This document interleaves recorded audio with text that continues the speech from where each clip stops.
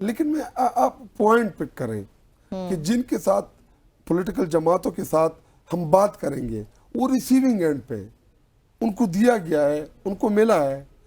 تو جب آپ ریسیونگ اینڈ میں ہو, آپ مجھے گلاس دے دیں, مجھے اس سے غرض نہیں کہ چوری کا ہے یا یہ اپنے پیسوں سے آپ نے لیا ہے اور آپ واپس نہیں کریں گے وہ گلاس مجھے دے دیں, میں کیوں آپ کو وہ گلاس واپس کروں گا.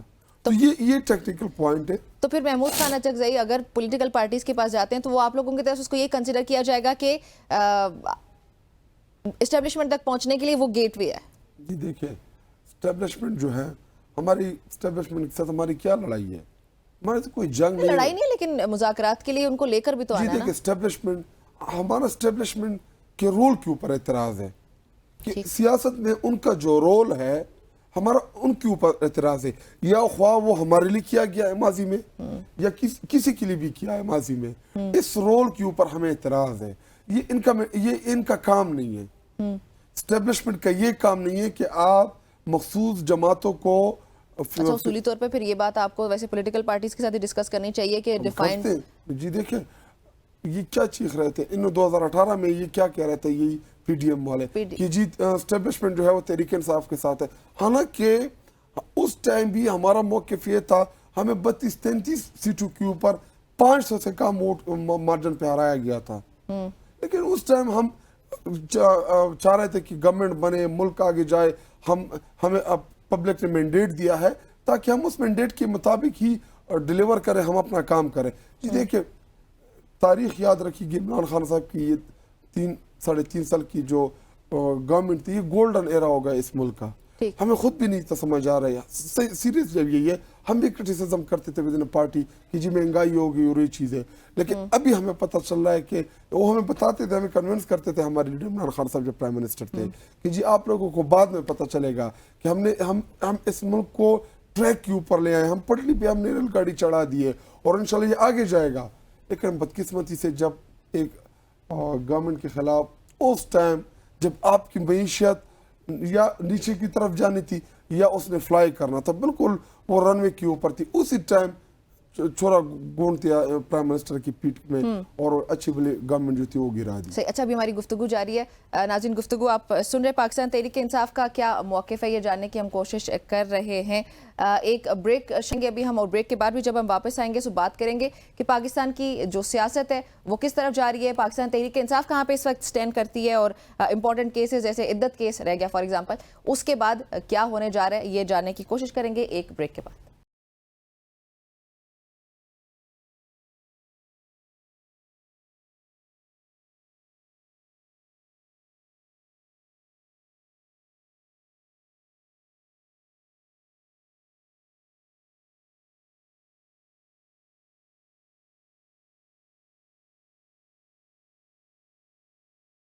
ویلکم بیک جی, ایک بار پھر خوش آمدید کہتے ہیں. صبح کی سوچ میں شاہد صاحب بھی ہمارے ساتھ موجود ہے اور ہمیں جوائن کیا فرحان بخاری صاحب نے بھی, ماہر معیشت ہیں, وہ بھی ہمیں جوائن کریں گے بھی. بلکہ شاہد صاحب, عمران خان صاحب باہر آ رہے ہیں انشاءاللہ. کب تک؟ تاریخ نہیں ہے, وکیل نہیں ہوں, لیکن انشاءاللہ نیکسٹ منتھ تک ہی. آپ وکیل نہیں ہیں لیکن سیاسی رہنما ہے نا, آپ کو پتہ تو ہے کہ آپ کی پارٹی میں کیا ہو رہا ہے. عدت کیس رہ چکا ہے. عدت کیس تو اس میں تو فیصلہ محفوظ ہے, وہ تو شاید آج آ بھی جائے. ابھی میں ادھر ہی جا رہا ہوں, وہاں پہ کورٹ میں کیس لگا ہوا ہے, اس میں تو فیصلہ محفوظ تھا. لیکن وہ جج صاحب آپ کو پتہ ہے کہ آج کل پریشرائز کرتے ہیں لوگ. اچھا, پریشرائز کرتے ہیں لوگ. یہ اس مطلب آپ کو عدت کیس کا کوئی فیوچر نہیں دکھائی دیتا اور یہ بھی ختم ہو جائے گا؟ جی اگر اس ملک میں نکاح حرام ہو گیا تو پھر تو اللہ ہی حافظ. لیکن نئے کیسز نہیں بن رہے تھے. وہ کیسز کا بیسس کا بتا رہے ہیں کہ بنا رہے ہیں, لیکن وہ کیسز نہیں بنتے. ایک بندہ جیل میں, میرے خیال میں ایف آئی کا کوئی کیس بنا رہے ہیں اور ٹویٹر اکاؤنٹ کے اوپر, تو وہ جیل میں ہے تو کیسے کیس بنے گا؟ ایک بندہ میں نے کہا وہ نہیں کیا ایک. ٹھیک ہے, ہاں, لیکن ذمہ داری انہوں نے قبول تو کی تھی. جی ان کا ٹویٹر اکاؤنٹ ہے, وہ کیسے نہیں کریں گے؟ ہاں, تو وہ پھر ایف آئی اے کر سکتی ہے. پاکستان اور پوری دنیا میں ٹاپ اکاؤنٹس میں, تو وہ تو ایسا نہیں کر سکتے. اور ایک بار بھی نہیں ٹویٹ, اس کے بعد دوبارہ بھی ہوا ہے, تو وہ ذمہ داری قبول کر بھی لی. غلط کیا تھا؟ غلط تھا ہی نہیں, تو وہ تو آپ لوگ عدالت میں جا کے بتائیں. نہیں, وہ تو آپ لوگ جا کے عدالت میں بتائیں گے نا, لیکن ایف آئی اے اپنی کارروائی تو کرے گی نا. کمیشن کی رپورٹ ہمارے دور میں پبلش ہوئی تھی. نہیں, کیا ہم نے کیا تھا؟ یا آپ پوائنٹ نہیں سمجھ رہے. پوائنٹ یہ ہے کہ جو بھی تھا کانٹینٹ جو مرضی ہے اس کا, لیکن ایف آئی اے تو اپنی کارروائی کرے گی نا. یہ تو آپ بیل مجھے مار کے والی بات کی ہے نا تحریک انصاف نے, یہ ٹویٹس کر کے. ٹویٹ دیکھیں,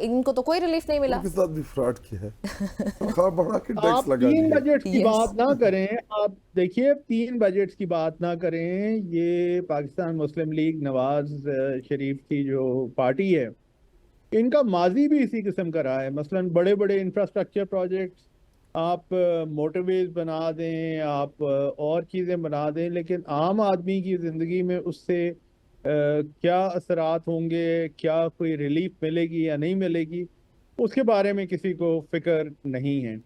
اور یہ کہانی ایک دفعہ دہرائی جا رہی ہے, اور مجھے لگتا یہ ہے کہ آئندہ دنوں میں آ کر یہ عوام پہ جب بوجھ پڑے گا تو پھر خدا خیر کرے رد عمل کیسا ہوگا, کس قسم کا ہوگا, وہ دیکھنے کی بات ہے. اب آپ یہ بھی دیکھیں کہ کل بجٹ سے پہلے جو پیپلز پارٹی کے ساتھ ہوا, جو کہ پیپلز پارٹی نے شروع میں تو افیکٹولی بائیکاٹ کیا, پھر اس کے بعد پیپلز پارٹی کے ممبرز واپس ہاؤس میں آ گئے, لیکن بلاول بھٹو زرداری چلے گئے اور انہوں نے بجٹ سیشن اٹینڈ نہیں کیا. اس سے کیا معلوم ہوتا ہے؟ اس سے یہی معلوم ہوتا ہے کہ پیپلز پارٹی جو کہ گورنمنٹ کی ایلائی ہے, انہیں غالباً یہ نظر آ رہا ہے کہ یہ بجٹ نیشن فرینڈلی نہیں ہے, کہ حالات ٹھیک نہیں ہیں, اور دال میں کچھ کالا ہے, اور حکومت کی دال گل نہیں رہی. تو پھر آگے کیا ہوگا؟ آگے انہیں بھی نظر آ رہا ہے کہ جو ہوگا وہ کوئی اچھا نہیں ہوگا. اس لیے جو کئی دنوں سے فرحان صاحب آپ نے سیاسی بات کی ہے تو سیاسی سوال آپ سے ہی پوچھ لیتی ہوں. یہ محمد اورنگزیب صاحب نے کیوں آن بورڈ نہیں لیا پیپلز پارٹی کو؟ یہ میرے خیال میں محمد اورنگزیب صاحب کا فیصلہ نہیں تھا. محمد اورنگزیب صاحب تو بہرحال وزیر خزانہ ہیں, سینیٹر ہیں, بہت اچھی کوالیفیکیشن کے ساتھ آئے ہیں, لیکن ٹیکنوکریٹ ہیں. یہ تو فیصلہ میرا خیال میں وزیر اعظم شہباز شریف اور ان سے زیادہ ان کے بھائی نواز شریف صاحب کا غالباً ہو سکتا ہے, کیونکہ یہ جو بجٹ ہے یہ تو آئی ایم ایف سے امپورٹ ہو کے آیا ہے, اور آئی ایم ایف کے پاس ہمیں جانا ہے, ان کی سخت شرائط ہیں. لیکن دیکھیے آئی ایم ایف کے بارے میں بھی یہ کہنا پڑتا ہے کہ ہم الزام تو آئی ایم ایف کو دیتے ہیں اور کسی حد تک دینا چاہیے, لیکن آئی ایم ایف ایک آپ کے سامنے, کسی بھی ملک کے سامنے ایک مکمل حساب کتاب رکھتا ہے, اور وہ کہتا ہے کہ جی اس میں جمع تفریق آپ کریں, آپ یہ فیصلہ کریں کہ کہاں سے آپ نے پیسے اپنے کم کرنے, کہاں سے زیادہ کرنے, کن لوگوں کو ٹیکسز لگانے, کن کو نہیں لگانے. اگر پاکستان میں حالات یہی ہیں کہ ایک معاشی اشرافیہ جو کہ سیاست پر اور معاشرے پر حاوی ہیں, وہی آ کر ایک دفعہ پھر حاوی ہو رہے ہیں, اور بجٹ بھی لگتا یہ ہے کہ کسی حد تک انہی کے لیے بنا ہے. آخر یہ جو صبح سے اطلاع ہے کہ اسٹاک مارکیٹ میں تیزی آئی ہے, تو پھر بات تو واضح ہو گئی ہے کہ یہ بجٹ کس کے لیے بنا ہے اور کیوں بنا ہے. ٹھیک ہے, اب شاہد آپ کو کوئکلی اس پہ کامنٹ چاہیے ہوگا, کیوں پیپلز پارٹی کو نہیں آن بورڈ لیا گیا؟ کیا حکومت نے یہ اس کے کانسیکوینسز نہیں دیکھے تھے کیونکہ انہیں کی ایلائز ہے نا؟ جی, ان کو باندھا گیا تھا ایک دوسرے کے ساتھ. پارٹی ٹی فرسٹ سے حکومت میں نہیں جا رہی تھی, ان کو مجبور کیا گیا تھا. بلاول جو ہے اس کو کہا گیا تھا کہ آپ حکومت میں جائیں. پیپل پارٹی حکومت میں نہیں بیٹھنا چاہ رہی تھی کیونکہ ان کو پتا تھا ان کی نالائکیوں نے کمیوں کا. 18 مہینے جو بھگتا انہوں نے یا پی ڈی ایم والوں نے, تو وہ یہ جو ہے پاکستان پیپل پارٹی ابھی اگر وہ دونوں طرف کھیلنا چاہ رہی ہے کہ ادھر بھی کھیلے ادھر, سوشل میڈیا کا دور ہے, کوئی پبلک کو ابھی حکومت نے تنخواہ دار طبقے کے ساتھ کیا کیا ہے؟ وہ دیکھیں 25% اضافہ کیا ہے, 5% وہاں پہ انکم ٹیکس بڑھا دیا ہے, تو یہ تنخواہ بڑھائی ہے. یہ بڑی آپ نے اچھی بات کی ہے کہ حکومت نے 25% اضافہ کر کے وہاں پہ انکم ٹیکس پہ 5% کا اضافہ بھی کر دیا ہے. بہت شکریہ فرحان بھی, شاید آپ کا بھی بہت شکریہ. ناظرین, گفتگو آپ نے سنی ہے, حکومت نے اس وقت عوام کے ساتھ موئے موئے کر دی ہے. ایک بریک شامل کرتے.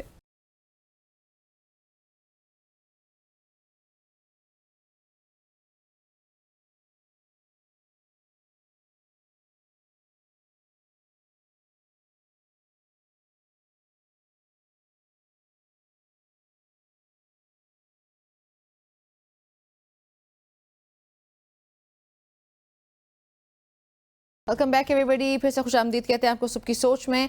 پنجاب حکومت کی جانب سے بھی آئندہ مالی سال 2024-25 کا بجٹ آج پیش کیا جائے گا, اور جو خبریں ہیں ان کے مطابق پنجاب کا جو ایکسپیکٹڈ